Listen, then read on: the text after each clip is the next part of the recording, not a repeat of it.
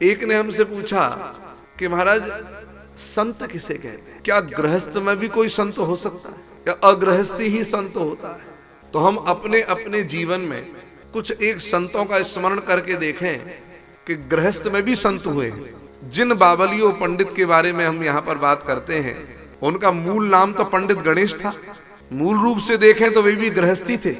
बाद में भगवती की कृपा हुई और खांडवायन ब्राह्मण ही थे।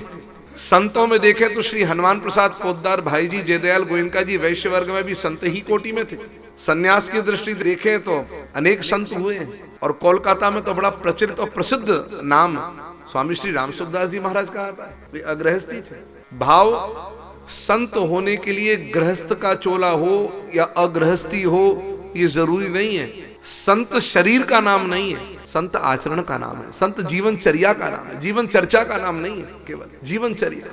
आपका उठना बैठना सोना बोलना चालना धर्म परक है या नहीं, वाणी जो कह रही है हृदय में वो भाव है या नहीं, मन वाणी और कर्म इन तीनों की एक रूपता जिसके जीवन में दर्शन हो रहा हो वो संत है। मनस्येकम वचस्येकम कर्मण्येकम महात्मा नाम। अब मन कुछ वाणी कुछ जीवन कुछ, वो दुरात्मा है।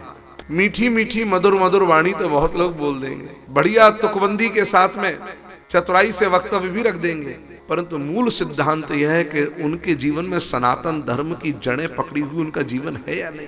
शास्त्र सम्मत जिसके जीवन में आचरण और वाणी का वर्णन हो वाणी से, उसका जीवन संत का जीवन होगा।